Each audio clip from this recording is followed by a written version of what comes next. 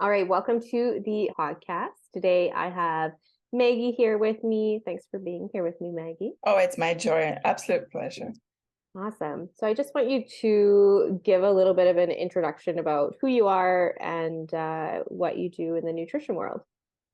Okay, well, I'm a holistic nutritionist trained here in Canada, and I'm qualified officially as a registered nutritional therapist as well as a clinical nutritional practitioner, also serving women who are going through menopause and are concerned with metabolic illnesses like cancer, diabetes. So that's kind of where I live and what I do. But I absolutely love the concept of holistic nutrition, taking care of the whole person. That's why I got into it. And what got you into holistic nutrition in the first place? I feel like most holistic nutritionists have a backstory or something that drove them in this direction, let's say. Well, I don't think my backstory is like most holistic nutritionists. Often I've come across others who had some kind of health issue and they were trying to really work through it, and that led them to the training. For me, it actually started with the roots that I grew up with. So I was born and grew up in Jamaica, and my grandma at the time wanted to be, when she was a young person, she wanted to be an apothecary, which is like a compounding pharmacist. And back in those days, women weren't allowed to have those kinds of careers. And because of who she was, she just took it into her home. So she became an apothecary for the family, basically. And she was always interested in herbals and remedies and natural health support. And she passed that down to my mom, who had 12 children. I'm the youngest. And as a result, we were all raised with natural health. And growing up in Jamaica, I had wonderful opportunities like picking herbs from gardens, watching mangoes fall from trees. So the natural health environment was something that was very strong in my bones. And a couple of my sisters also really encouraged my path. I wanted to be a massage therapist at first. And just as I was getting into that field, I migrated to Canada. And then to get on my feet in Canada, I took I guess, the safe route at the time, which was to fall back on my career in marketing. And then eventually, life changed and situations changed. And I went back to that question of what is it that I really love to do and what is it that I really want to do? And my decision was I love helping people. And the core of who I am is doing that through natural health solutions. So that led me back to holistic nutrition, and the school that I found was perfect. And here I am. And how did you determine your like niche of working with like menopausal women or metabolic health issues? Great question. Well, I found that a lot of women ignore themselves. And when I started out just looking at holistic nutrition, I basically looked across the board and thought, who is it that I would love to work with? And I decided I prefer women. And the reason is women tend to look after everyone else except themselves. We tend to really give more than we welcome for ourselves. And so I thought, what if I could support women and just help them through their own health challenges? So that was the first step. And the second step was I realized that the woman that tends to ignore herself the most is the one going through menopause. And that's when she needs the most support, because that life change affects every step that she makes beyond that stage of life. So I thought if I could support women who are menopausal, the women who are likely to have university students or young ones just heading off to university, and the women who also tend to have older aging parents that they're looking to support as well. And they're sandwiched in between those 2 years, also trying to make a life for themselves, perhaps trying to figure out what does the potential emptiness look like? What's happening in my own body? Oh no, I can't manage everything. So I thought this would be the perfect kind of person to support and offer a little bit of relief and advice to help to take care of themselves. So that's what made me choose menopausal women. Such a beautiful like story behind everything that you just said. Uh, Do you feel like it's like a compounding factor? Like the majority of women ignore themselves, like even before they hit menopause, and then as menopause hits, they've got like empty nester syndrome, and then parents that are sick, and they divide their time between those two things, and then just never realize how important it is to take care of themselves, especially in that huge transitional time in their life. exactly. That's Mm. exactly it. And so my I see my role as being somebody to be able to offer tremendous support, holistic nutrition advice and holistic advice, lifestyle, supplemental, food as medicine recommendations, therapeutically to help them to feel that not only are they taking care of their own health and being superheroes in their own life, but then they're realizing that they can now be superheroes for others, which is what they were doing before, but depleting their own resources. Right, and So, not yeah, feeding themselves like in a nourishing way. And I feel I've talked a lot about this lately on the podcast, is that I mm, feel like society has trained us almost to be in a constant state of depletion, and that if you yes, aren't depleted, you're not working hard enough. And absolutely true. I think that it's such a like a backwards way of thinking. And coming back to your story, I just want to like kind of dig into like growing up in Jamaica. Would you say like ancestral health is kind of more still, or like a tribal mentality, we can call it whatever we want, is kind Mhm. of a more prevalent thing there still than in, let's say, like typical Western countries? I think it's changing a little bit, sadly, Lynn, Yeah. because it's much more it's about growing up in the wild, but also the influences of other countries, or the global economy has invaded the island, and Mm. the effect is more the influence of what seems to be uh, better. So we have lots more importation than when I was little, and there are more foreign foods. There's huge global trade, and so folks are shopping in the supermarket much more than thinking about growing their own foods. So ancestrally, we might be looking beyond things that would be naturally good for our health. Things that would grow indigenously in Jamaica, we might be preferring not to consume them and maybe going towards, North American foods, or, things that are likely to have less nutrition because they have traveled farther to get to us. So I think it's changed quite a bit actually since I grew up, because we're less likely to pick a mango off a tree, for example, even though I know Jamaicans love mangoes. We're more likely to go shopping and look for the American apple. And whilst it's still good, it's not going to be as ancestrally nourishing as you mentioned to the gut that is used to the mangoes. So it's interesting. And your microbiome is really important, as I'm sure everyone who is even a little bit aware of natural health knows that your gut health is key to your overall health. Hmm. And do you think like I see this kind of happening a lot with other kind of like superfoods? Like we could say mango, in my opinion, is a superfood. I think it does a lot for Yes, our gut. It has yes. great enzymes in it.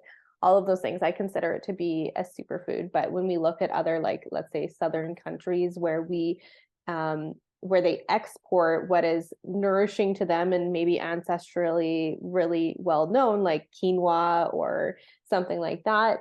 Do you think that there's a lot of exportation of these foods that you guys would have naturally been eating, and then more importation of like junk food or standard American diet food? Do you think that that's maybe like where the transition is happening, or it's just like global economy has taken over? People want the simplicity of just going to the market and buying like whatever off the shelf and not having to worry about growing and being connected to nature. I think a lot of it is just globalization Mm, because people are being influenced by so much now, social media, the whole idea of just what you mentioned, overworking, overdoing yourself, pushing yourself to the maximum. And so, yes, it's definitely caught on in terms of a cultural habit where people are less likely to go home and cook. They're being affected by those trends. They're working too late at the office, so grab and go is a mentality. It's a lot easier to grab and go something that's been prepared for you, and so you're less likely to seek out the natural earth-grown items that would be indigenous to Jamaica. I think um, a lot more trends in terms of not just business, but culturally as well. Less people are cooking, less and less. They're cooking less and less. So, um, I'm not saying that you don't have delicious meals being prepared by, the diehards. Because me in Canada, I cook every single day. mhm. I make a meal every single day. It's rare that I don't. So I'm sure there's still folks that are doing that, but the trends are definitely being impacted globally. And in terms of exports from the island, I think I wish that I could say we exported more. I'm kind of glad from the nutritional perspective that maybe we're not exporting what's indigenously rich to us, but I think it would benefit the island if we got a few more things going. Like years ago, we used to export sugarcane and then it became refined and processed as sugar. Now that's a no-no in the natural health world, but natural sugarcane is powerful and rich in minerals and so good for us. And I have memories of being a little girl and having to, stop the syrupy deliciousness from dripping down my throat. So not my throat, sorry, my In your neck, face, yeah. but my face. But yeah, many people would not know that that's the real deal with sugar. You can actually literally bite down on this very stalky kind of plant and it just releases all this delicious juice, which is rich in minerals and very sweet, naturally sweet. But you can't eat a lot of it because it's so stalky, then you just stop at like maybe one joint of the sugar cane and you're good. Whereas the refined, processed, over-processed sugar that we consume here is a totally different thing. So All the um, minerals are stripped all the minerals are away, all the gone. benefits of it. Yeah, It's it's just gone, no right? longer a whole food at that point. Exactly. And we don't export that anymore um, in terms of, an item that's consumable for health. We don't export that. Mm, And not in a lot, not in a large quantity anyway. interesting. I have another kind of question in terms of like a kind of Mhm. cultural approach to health is like when it Yeah. comes to like women in let's say Canada or the United States, I think that we've kind of, excuse me, lost that connection between our parents and our grandparents in the passing down of knowledge, right? So you said your grandmother was a very True. important role. She played a very important role in, talking about herbal remedies and natural foods and all of these things.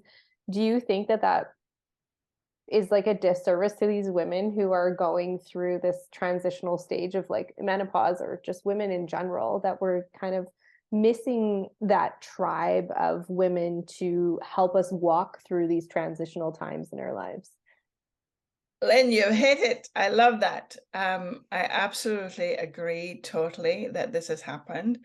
And it's one of the reasons I feel compelled to keep moving forward in my practice and doing what I do, because I realize that there's this huge disconnection, not just with women and their bodies and how it functions, or people and their bodies and how they function, but there's a disconnection between how do I feed myself? Where does the food come from? What is the source? And then also there's this other disconnection that you mentioned where women are just, they're not aware that there are stories that have been told for years that will be useful to help them to learn more and to heal their bodies. And I guess I am one of the very lucky, very blessed ones who had not just my grandmother's generation, but she passed it down to my mom and her sister, who passed it down to my sisters and to me. And I continue to pass it down to my nieces and, my nephews too, of course. I'm not against taking care of guys, just for clarity, Yeah. but I just love supporting women. And that's why, because if we had more stories told that were passed down, we'd have more of an inclination of, oh, maybe I should consider this for my healing, or maybe I should consider, that I am maybe needing even more sleep for my body, because when I grew up, I was told early to bed, early to rise makes, uh, well, at the time it said man, but man healthy, wealthy, and wise, but that meant mankind.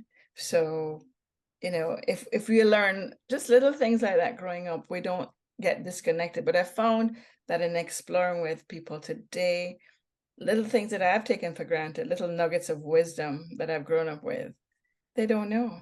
And it's been a joy to teach them, but it's also been a surprise, because I've been like, wow, I really guess I grew up with something different. And I was nourished not just physically, but I was nourished in the mind and in the spirit. And that's why being a holistic nutritionist makes me feel so at home, I guess, because it's taking care of the whole person, which I love doing Hmm. with whole foods, Yeah. as you know. I sometimes feel like growing up in Canada, I felt like I didn't have a culture. Like I know Canada has its Ah, culture, like hockey, and we're a little bit wild, and we have a great country, and it's really beautiful and all of those things. But I feel like I didn't have these stories that were passed down to me. And sometimes mm. I feel like I'm going to say this as a privileged white person. I sometimes feel like I'm kind of pushed out from the spheres that still hold all this like culture and knowledge and like connection to earth and connection to our bodies, connection to like history and stories. And I kind of feel like I get pushed out of those. And it's like, I want to spend time trying to rebuild those things to feel like I can be at home. Um, Maybe not in a country, but like feel at home in my body, like that this is the place that I'm supposed to be, and that, we are very highly connected to the sun, like you said, like going to bed early means going to bed early because the sun goes down, and not Yes, having the light being fed to us be artificial light, and then wake up with the sun. And it has a huge role in how our microbiome functions. It has a huge role in our circadian rhythm, has a huge role in how we like metabolically function.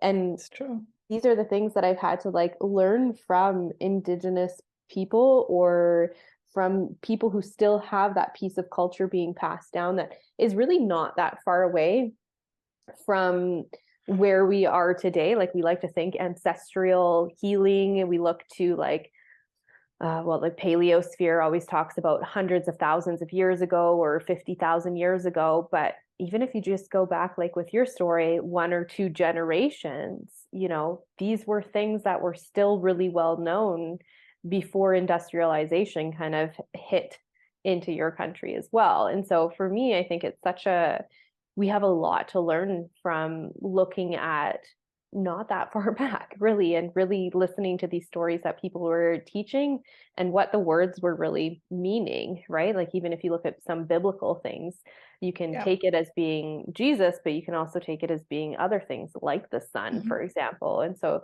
it's cool when you start taking what you've learned on a scientific level and then moving it into different religions or different little pieces like that. You can really start pulling these stories together and being like, that's what they meant. Like, we should be treating this like a temple, because it is. We're very, Absolutely. very lucky that we have it, and how we treat ourselves. It's so, so important. Very important. Our bodies are a fine balance. I love what you said, though, in terms of seeking your own cultural way of interacting and building those connections back to yourself and incorporating that as your daily lifestyle, your overall eating habits, your potential to literally enjoy your life in a very connected way. And I have to agree with you. I think it's trending more towards that. So I'm hoping that, if we lost the wave at some point, I'm hoping that it's really coming back, and that we can draw on indigenous folks, of course, and hopefully the stories, sorry, will continue to be passed along. But in terms of Canada and Canadian culture, I find that when I landed here, I found that the mix was an influence from our neighbors south of us, so the American way, and an inflow of a little bit of European and a lot of British culture. So I think in terms of just that ancestrally, even learning, you know, the sort of the percentage of who you are can kind of help you to see what is it that you should draw on to help you. I've done a couple of nutrition DNA tests and found out a little bit more about myself. And I think it's kind of a great avenue to explore. So maybe you could do that for yourself personally.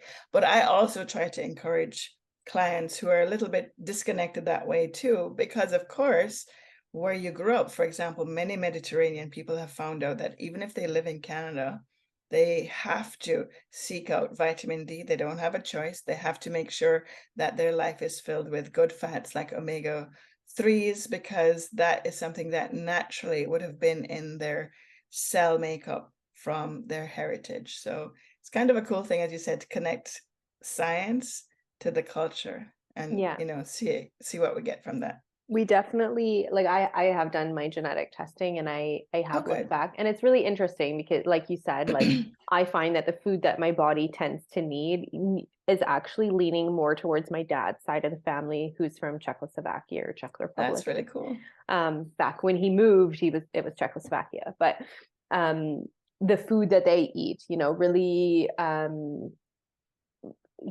really oily fish like mackerel and herring and things like that are very much part of their diet, and things like rye and not wheat are part. And I'm super sensitive to wheat, but rye I have no problem with.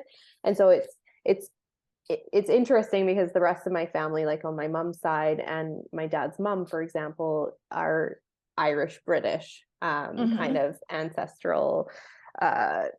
They grew up there in England, actually.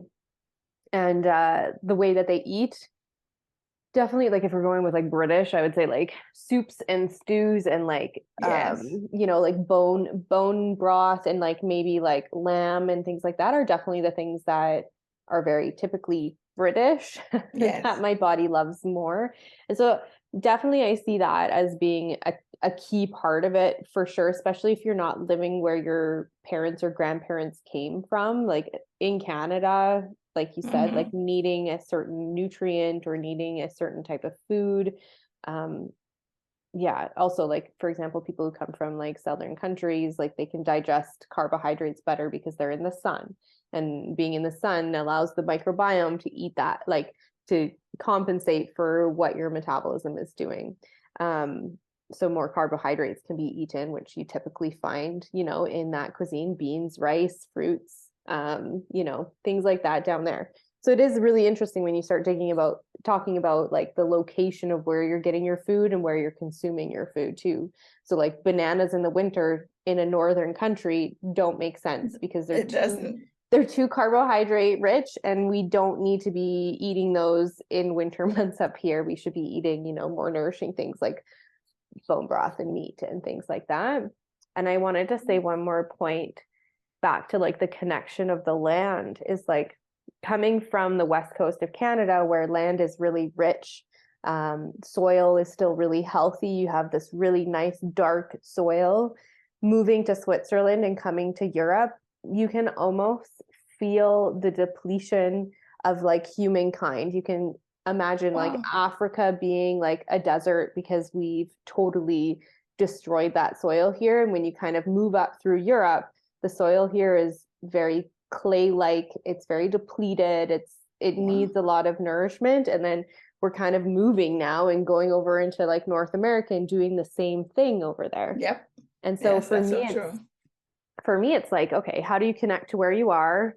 How do you find the foods that work with your body in the area that you are, and really tap into those the benefits of that space, and leave it better than you found it. Let's just be very like serious about that, is like, how don't leave the area that you're living in depleted like you do with your body, right? So like, how do you treat yourself and how do you treat everything and everybody around you? Very true. I think as you spoke, I thought about the concept of how the soil is made up of, elements like carbon, hydrogen, and oxygen, and how that flows into the food that we eat. And then it makes up the cells that we are, and how we breathe out carbon dioxide, and that goes back into the earth, literally through the air and so on. And when people, if they really stop and think about it, they will realize that there is that natural connection. So if we're depleting the soil, we're depleting ourselves, and vice versa. So it's kind of interesting that, part of the whole industrialization development has like literally cast this division between growing food, those natural elements, and us being separated and not really understanding where our food comes from, and not understanding how nourishing the earth can be for us, and therefore being more inclined to nourish and care for the earth ourselves, like literally the soil in the earth.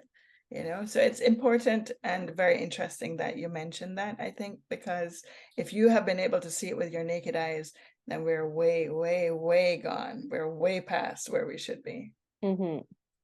Well, and that's really the typical, like for me as somebody who has a permaculture garden, and environmentalism is really trying to, for me, environmentalism has like changed so much. Before I had these like grandiose plans of like, like activism is exactly what I need to be doing. And now it's like, okay, well, how can I just focus on what I'm doing here and now in my own space for my own body, and hope that that transfers over as an educational piece to other people, and they can see that how we treat where we live and how important our environment is around us in terms of how healthy we are and how well we can live as human beings. And I think that's the piece that's getting kind of lost, is that we think that we're a superior species to everything, including the microbiome of the soil, including the microbiome of Mm. ourselves, but we really do rely on it. And the nutrient density of food is directly related and correlated with the health of the microbiome of the soil. Like the plant is not going to be healthy if that is gone.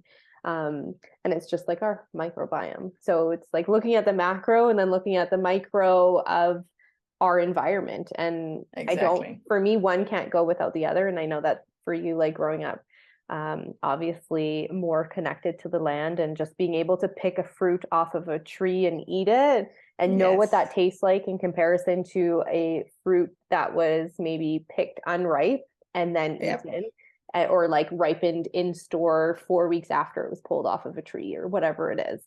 It's a vastly Yes. different food altogether. It does not taste the same. It does not feel the same in the body. It does not give you the same vibe, even. I'm going to go that far, Very true. energetically speaking. Very true. I actually realizing what a privilege it was to do that. Having moved here, I realized that it was such a huge privilege to be able to pick a fruit that is in season, literally at the time, not even worry too much about the microbes on the food, because it was all very, very natural, and literally peeling back the skin with your teeth and sinking your teeth into Mm, something that was like literally a nanosecond ago attached to its source, mhm, and getting all the nutrients, as well as the enjoyment of just being able to do a little bit of manual labor. It was just a little bit of picking the fruit from the tree. I didn't plant the tree, but going into a grocery store and seeing that same fruit disconnected from its source, and knowing where it came from, even though I know, mhm, sinking my teeth into that several hours later, it's totally different. And if it's not in season, it's 10 times worse. mhm. So it's kind of important to know that the food that you eat, where it comes from, how long it's taken to get to where you are, what level of nutrition it might have for you, and how that can impact your system differently as opposed to if you actually grew it yourself. Really important. Very, very. And it's something, like I always talk about this, is like gardening actually got me into nutrition, and I've gone full circle again. Like I've taught eco nutrition and things like that, but Right. I I was remember you like, told me that. oh, like gardening's fun, but nutrition, like that's what people need to hear. And then you go Mhm. into the store and you're like, okay, here's all this kind of nutritious food, but really actually it's not. Not And then quite. coming full circle back because it's like they can learn about nutrition at the same time that they're reconnecting with the land and reconnecting with like what I feel is um well, human connection, Hmm. community too, right? Like Yes. growing something is community. So that can kind of bring me back to like the next question. Um, I find that in my young age here, in transitional moments, I have not obviously gone through menopause yet, but even having children, for example, Yes. it's, that transitional stage. And when I had kids, I felt like I just did not have my people. I did not have a tribe. I did not have people around me. Mm. Felt like I didn't have that community. And I guess I wonder, like, what are people who are going through menopause in that next kind of transitional stage in their life? What are they missing? I think some of it is community for sure. Yeah. But what do you think people are missing? I think you're right. Again, maybe part of it is that women on the whole tend to be superheroes for everyone else except themselves. So part of my strategy is to remind them how to become superheroes. So they're sometimes missing the ability to just stop and focus on themselves. Mm, So that's a really important aspect of that transition. A lot of women fear going into menopause. Some think that it's the end of life, basically, mm, because they can't have children. So there's that fear that's associated with it. And fear sometimes overpowers you when you're alone. And if you're more alone going into those years, then it really becomes a huge problem from a mindset perspective, as well as just getting through the actual transition that your body is going through. So that's another aspect of it. Uh, Sometimes when you are a caregiver for your older parents and trying to juggle taking care of your own family, or maybe you're trying to do it all alone, maybe you don't have a partner at that point, you then don't have time to connect with other women to find out what's going on. And then there's the physical change, which is also connected very much to mood and irritability and sleeplessness. And if you don't know what those symptoms are and what to expect, you pretty much think that you're losing your mind. And I can't help but think about all the women that went before who did this all quietly on their own, because it was also attached to a stigma of not speaking about your well-being, not speaking about your health. Menopause was looked at culturally as something to hide and to be ashamed about. So I try to bring all of those things out into the open and remind the ladies that I take care of that it's a natural part of life. And in the same way that you celebrate menarche, which is the beginning of having your menstrual cycle, the beginning of womanhood, the beginning mm, of knowing that you could one day become a mom, it's the same thing that is just at the other end of the cycle where you are now celebrating freedom. You don't have to be obligated to this monthly routine. You can do things differently in your life. You can reset your health. You can reset the change that you're going through by looking at the mind, the body, and the soul and reinvent yourself again. And also, one of the key things that keeps me thinking about supporting women through this and encouraging them, just as you said, to build that community, which is part of the role I see myself creating as well. To build the community, because you can't do this transition alone, but also to prepare you for the next phase of life in which you don't have to get to an older stage of life and think that you're going to have aches and pains. And getting old is a journey that is full of pain and sadness. It can be, but it doesn't have to be. And a lot has to do with what community you go there with and how healthy you take care of yourself when you're going through the menopausal years. How much do you take charge of your health at that point, so that later on, when your body might give you some metabolic pointers or symptoms that might serve to say that it's sort of out of balance, you know how to bring it back into balance, because you're not guaranteed that your body is going to be thrown off balance if you know how to take care of yourself through your menopausal years. Taking care of yourself now determines what happens in those older years. And when you're older, you become more vulnerable. So it's important that while you still have your strength, that you set up a certain way of handling and managing this change. So this is just a sort of a foundational second stage of life where you reset the foundation so that you can have a wonderful retirement if you plan to retire, a wonderful second phase of life. If you've had kids, many women are now looking forward to being the spoiling grandmas, and you can do that. You can do that with energy and strength and not be dependent on medications that could literally stunt your ability to be well. I'm not saying medications aren't good for some people for a while, but if you have the foundation of natural health during menopause, you'll find that you probably have no medications in this stage of life going forward.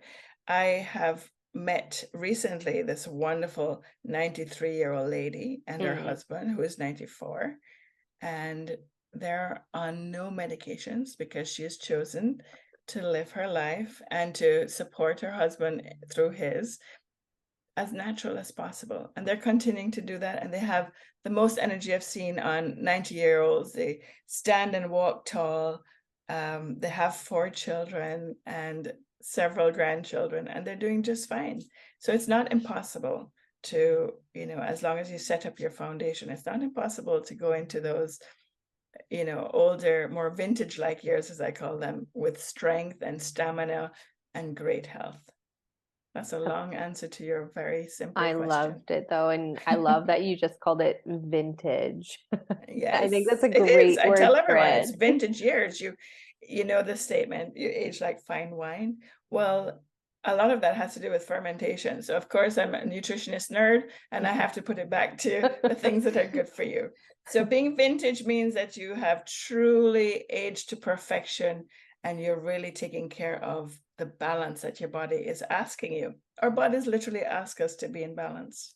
So we just need to listen. I actually shared recently about that, listening to the messages that your body sends you. And we are so busy. That's another case of the menopausal years. We're so busy rushing around trying to juggle everything, as women especially, that we forget to listen. Many women I've encountered, for example, oh, I have aches and pains. I hear that might be inflammation. I said, yes, of course, that could be inflammation. But did you realize, based on the years, the stage of life that you're at, it could be a symptom of menopause? And they're like, what? They don't, that's like not something that they think of. But there are over 56 symptoms that point towards menopause, and many of them can be easily overlooked because they seem normal. They seem like it's what you should be going through. Well, that resonates with me because, as somebody who, and I've just started kind of talking about this, is like my autoimmune journey and like how I ended up here and being superwoman, but superwoman in all the wrong areas of my life and ignoring everything that my body was telling me and ignoring all of the signs and symptoms of everything that I should have been paying attention to, and then how far I dug myself into this hole.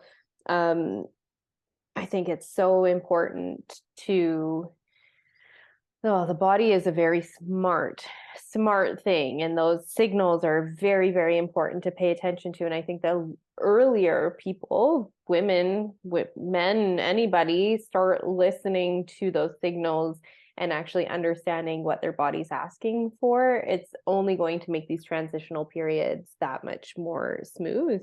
And hopefully people start recognizing that these symptoms mean that you're living too far outside of what the human biology, evolutionarily speaking, is capable of doing.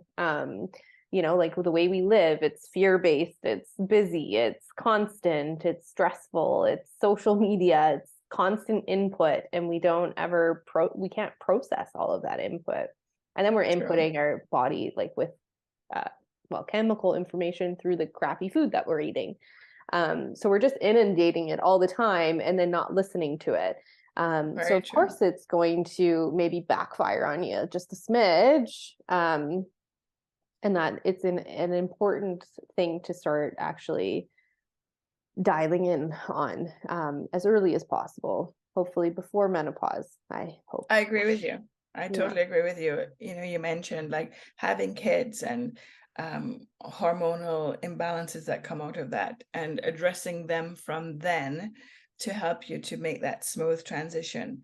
I think you mentioned the community. If more women spoke about what's happening all through those menstrual cycle years, rolling into hormonal imbalances, and knew that they could reset naturally and help themselves to find that balance, going into menopause would be much simpler and much easier, and the hormonal changes might not be so drastic. Some women have this drastic fall off and they literally feel like they're losing their minds, and Mm.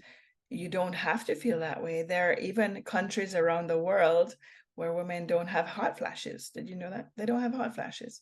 Yeah. So, and I hope, Lynn, when it's your turn, that you are so in tune that you literally sail through and you don't really notice the physical symptoms. You'll have other symptoms, of course. You'll feel a little overwhelmed, maybe, you know, hopefully by then your kids will be grown up and you'll be proud of that. But you'll also be like, oh no, they're grown up, which always happens to moms. Yes. But there are other things to look forward to. Remember, there's the wonderful new profession or the new role of becoming the grandparent, which is always fun. And then I always like to address women who might feel that they haven't completed that purpose in life of becoming a mom. And so Mm. what does menopause really mean? And many women go into menopause thinking, oh, it's the end, my life is over, why am I even worrying about, you know, taking care of my health? And I just like to bring them back to center and say, this is a chance for you to find an even greater purpose in your life. You know, you can do the things that maybe you never got done. It's a great opportunity to reset. That's basically it. It's a wonderful time to learn how to reset and create new freedoms in your life that you didn't know about, regardless of what your life experience had been before. It's like the mountain. You've reached the mountaintop and now you have to decide, do I climb another mountain? What do I do? So it's kind of cool. I think like I kind of said earlier, like the micro versus the macro. And if we talk about, menstruation, let's say, I feel like it's such a micro cycle because it's, every 28 to 35 days kind of going through, and you're transitioning. And so for men, I kind of see like my husband's being like a 24-hour cycle more like, whereas like I feel like it's a monthly cycle for me, like 2 weeks of like, yeah, I'm good. And then like maybe a little bit of like a slow down period where I have to respect that this is my time Mm, to um I'll shed whatever has happened in the last 3 weeks. And yes, maybe you agree with me, is like once that kind of totally. micro cycle through life over and over and over again, you kind of hit a more macro cycle again where it's like, okay, this is the end of this period. And we have Yes, this macro cycle between now and passing away, which I think yes, is another transition period. it is. It Um, is. then you kind of have this whole macro period, and it's how do you want to live that cycle of your life, and hopefully take from all of those micro cycles that you had of learning and respecting your body. Absolutely. um, Absolutely. I agree with you. Like even just reflecting back to um what were your cycles like? What did you do in those times? Just like what you said, you know, a lot of women were just going through the menstrual cycle as well, and you know, you don't stop to notice, oh, maybe I have 2 great weeks, and oh, maybe I need to recognize that, you know, I do certain things around certain times of the month as opposed to other times. I found out quite late in my own cycle that um you know, after having it for many years, I found out that actually during your menstrual shedding that you actually are at your strongest. You can actually do lots of exercise, and that was not something I knew about, you know, for many years.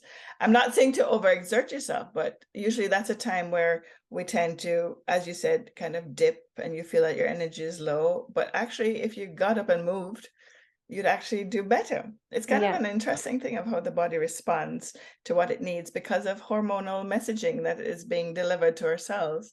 And I think if you had asked me at the age of 20 if I knew what a hormone was, I'd say, isn't that something that women have that, gives you a period? I wouldn't have thought, like I wouldn't have been so in depth and concerned about nourishing your hormones and making sure that you're eating clean. I mean, you know, it wasn't something that we really talked about. So again, I'm going back to your comment about community, because that is so important. Women seem to naturally gravitate to each other when they have shared experiences. And that's great. If you have kids, you might meet moms who have young kids, moms with teenagers will meet moms with teenagers. But when you get to menopause, for some reason, you don't talk about it. So it's so important. It's very, very important. And for the younger women, advancing in years and going towards it, if more people or women especially spoke about it in their menopausal years, then the younger generation, as you said, passing down that knowledge, the younger folks would embrace it and recognize, oh, this is a great opportunity for me to not only make the best use of these last years, but also, build into my life in such a way that when I go through menopause, it will be a real choice to embrace freedom and to manage that change well and to prepare my body in such a way that I'll go into my older adult years with joy and with strength and with wellness, which is my whole goal, to try and get people to do that. I'm one person, but I hope I'm making a difference. I'm sure you are, obviously. That's why we're sharing on this podcast. Do you want to quickly just kind of touch on your approach towards menopause? I think this is going to be helpful for listeners who are practitioners, but also people who might be listening and wondering about menopause too. Is you use 3 words that I really like: renew, release, and rebalance. And do you want to just like touch on each word just a little bit to talk about what that means, what that would look like for somebody? Well, the words I actually use, Lynn, are reset, renew, and restore. But Okay. I've also used those words at a Okay. different part of my website. So you're not incorrect. And I do love the word rebalance. So rebalance, let's look at rebalance in terms of reset. So resetting has to do with the holistic approach. So it has to do with, okay, you're right here. So I like to think of life as, those directory maps that we find in malls. You're right here. You're here right now. So that's Yes. how we meet our clients, right? We Yeah. meet our clients and they're just at this space, at this position, in this particular place in time. And this is where they find that they have finally decided that they need our help, which is a beautiful thing. So embracing that, I help them to think of what is it that needs rebalancing or resetting. And I start with the mind. In order for us to move forward, we have to know where we stand with our thoughts and what we're thinking about. And very often, ladies going through menopause, as I mentioned earlier, they sometimes have a negative viewpoint. So I really work on saying, well, why not consider that this is a time, just as you said, to release those thoughts and renew them and, reset what you used to think about menopause or what you thought about in terms of, the issues that you're having, basically. So whatever it is, we sort of unearth those and we talk about them. And it might be the approach to food. So how do we reset? It's really about the relationship with your body physically, the relationship with your own soul, your heart issues, your emotions. And this is all holistic. And as long as I can touch on these points and help them to a certain point, because I can't help everybody. There are others who might need greater referrals than I can support, and then I'll refer them on. But if I can at least get you to sort of think through and say, hey, yeah, that might be me, I could make the change, then we can get to the next point, which is renewing you, which is wonderful.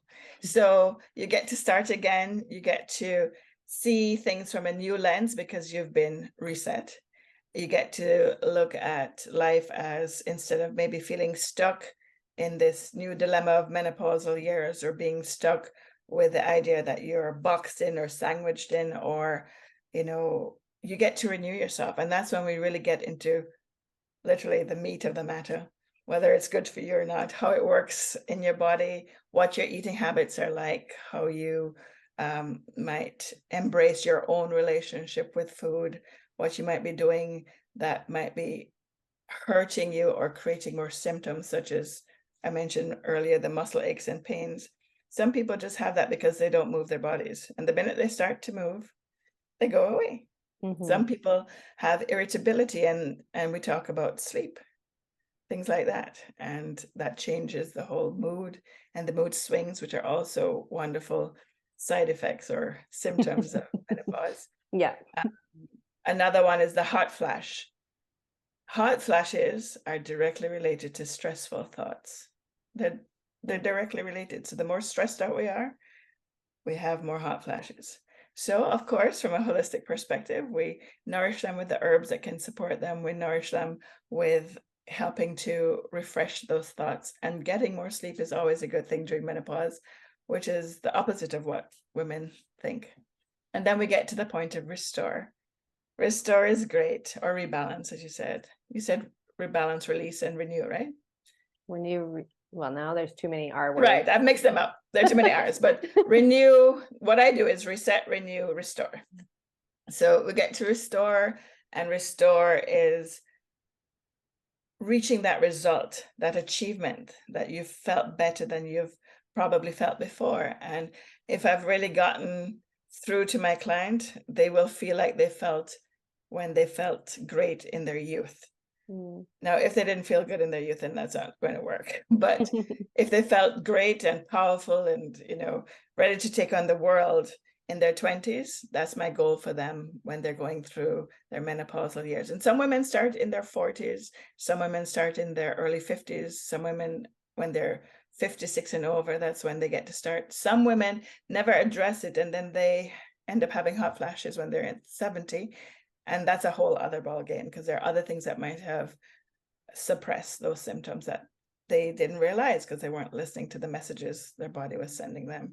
So from that perspective, just recognizing that you can move your client, you can move whichever client through that lens is something that I really enjoy. I enjoy letting you know that this is where you're at, you're here on the map, and then we're going to get you to there, and then they will tell me where there is.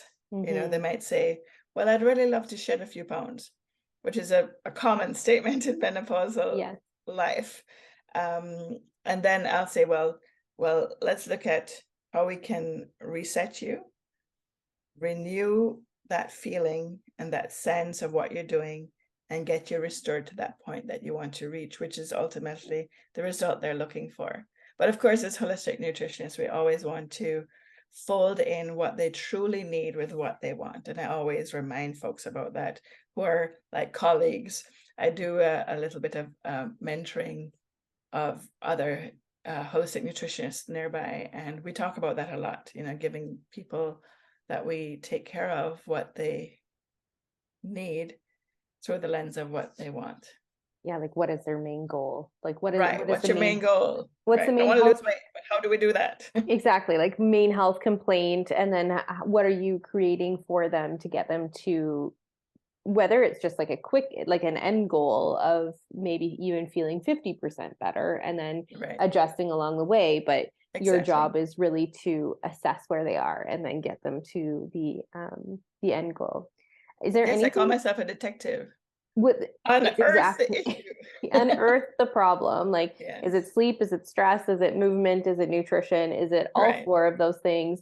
Do they not know how to take care of themselves as the base of all of those things to have true Right. health and wellness? Like, that's really the lens that I take.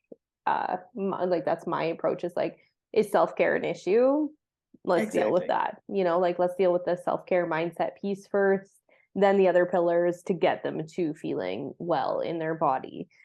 whatever that means to them. Like you said, you know, if you didn't feel well at 20, it's going to be hard to get Yes, them to feel like they did at 20. You don't want them right. to feel bad if that's how they felt at 20. Exactly, Um, exactly. but exactly that. Is there anything that you want to leave the listeners with that we haven't said today? Well, I think if I'm speaking to my holistic nutrition hubbers Yeah. and those who will become hubbers, Lynn, I would say really know how you want to show up for your client. The day I decided how to do that and what to do for my client, everything kind of changed for me.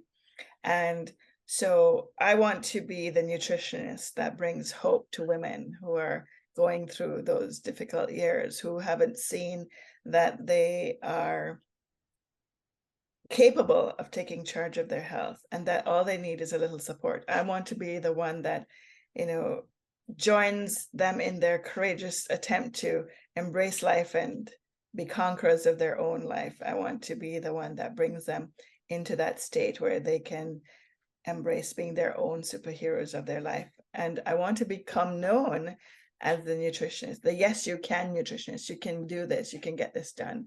And it's so tricky for us in the nutrition world because the confusion that exists on the outside looking in is that what do nutritionists do and how can they really help me? So I want to be the person that shows up and shows them that if they take these tiny steps, just like what you said, sleep or, you know, embracing the right kinds of food or, you know, looking after their self-care portion of their life, they can see those tiny things unfold and change into these powerful things later on.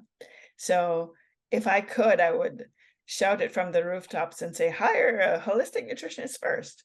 But but of course, that's not the way it works. So we just have to just remind ourselves, how do you want to show up for every single client? And if it's not about just a one-on-one experience for you, as I've shared with you before, I used to teach groups. How do you want to show up for the group? How do you want them to perceive what natural health is all about and make those tiny steps towards long-term change? It will become long-term change. And that's where you will find the success that you are looking for. And never, ever, ever, ever forget who you serve, Mhm. because it is a fact that you serve others and serve them well that keeps you going. At least that's what has happened for me. So I just want to thank you, Lynn, for inviting me to Mm. be on this wonderful podcast. I love listening to your talks. I love interacting with you, and I love everything that you guys are doing. Please don't give up on us. We need you. No, never. No, decide how you want to show up for your clients, right? Like, or for Yes, your group in your community, right? So I love exactly. your energy and I love what you're doing and I love sharing with you. Every chat that we have is Yes, amazing.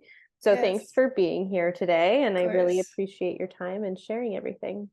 My absolute, absolute pleasure. Thank you so much, Lynn, for having me.